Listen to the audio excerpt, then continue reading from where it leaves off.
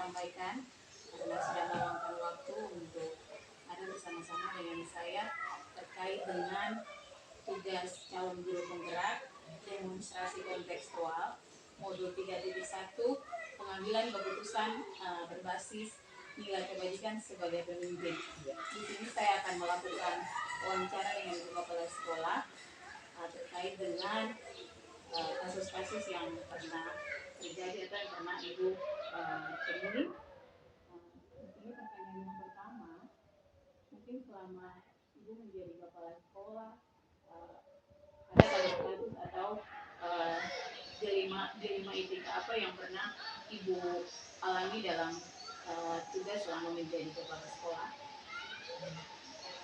Jadi terima kasih.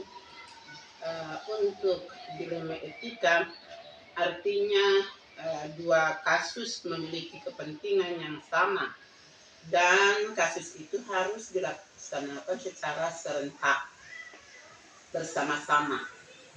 Dan bujukan moral adalah keputusan yang sering diambil berdasarkan perasaan, berdasarkan keluarga. Jadi contohnya, misalnya Ibu Ita sekarang jadi guru penggerak ini. Pada waktu yang sama sebagai guru kelas harus mengajar. Tapi di sisi lain karena ada tugas yang harus juga dilaksanakan pada waktu yang sama ini, maka harus diarahkan. Misalnya, karena ini tidak bisa tertunda waktu dan mengajar juga merupakan tugas dari Ibu Lita, maka Ibu Lita misalnya sebelum tinggalkan ini supaya anak-anak bermain, saya kasih tugas saja ke anak-anak. Mereka sementara menyelesaikan tugas, saya boleh menyelesaikan tugas ini. Nah, ini contoh dilema etika.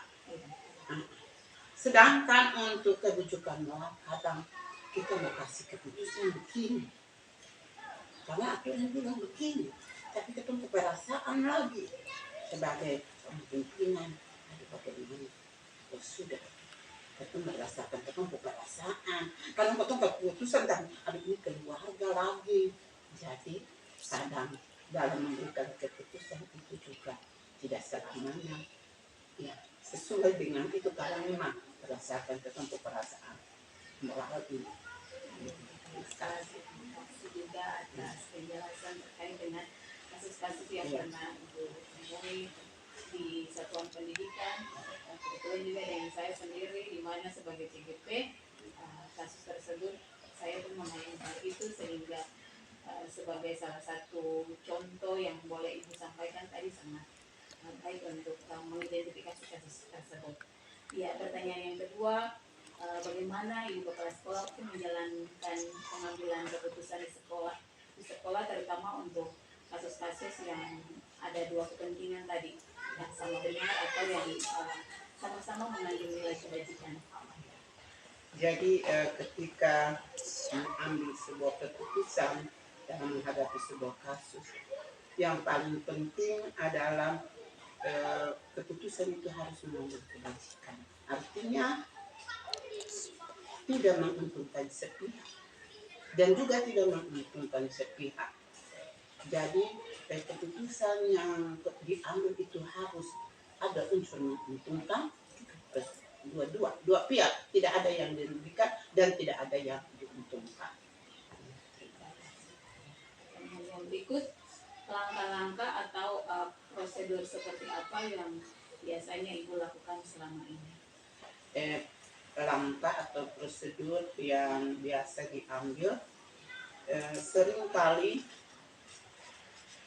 bisa dibuat secara lisan lewat pembinaan dan bisa juga kadang sebagai pimpinan sedikit nada sedikit tegas ya. Kadang kita dengan nada yang sedikit lemah lembut, tetapi dalam kondisi tertentu kita juga harus sedikit tegas dalam menghadapi masalah-masalah seperti itu. Pertanyaan yang berikut, hal-hal apa saja yang selama ini Ibu anggap efektif dalam pengambilan keputusan pada kasus Delima Etika?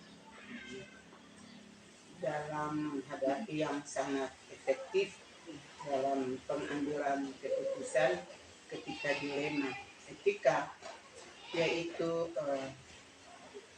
saya memberi pemahaman, pengertian kepada guru atau siapa saja yang ditemui, sehingga dia dalam menjalankan tugas dan tanggung jawabnya juga dia harus bijaksana. Terima kasih. Selanjutnya pertanyaan yang berikut, hal-hal apa saja yang selama ini merupakan tantangan dalam pengambilan keputusan pada kasus Delima Etika? Yang menjadi hambatan sering ada orang yang menerima.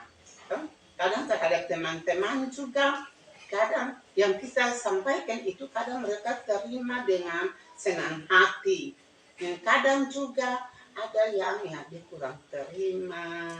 Ini juga merupakan hambatan-hambatan bagi saya. Kemudian ketika menghadapi seperti begitu hambatan-hambatan itu, maka sebagai pimpinan kita tidak harus bijaksana juga dalam memberikan pendampingan terhadap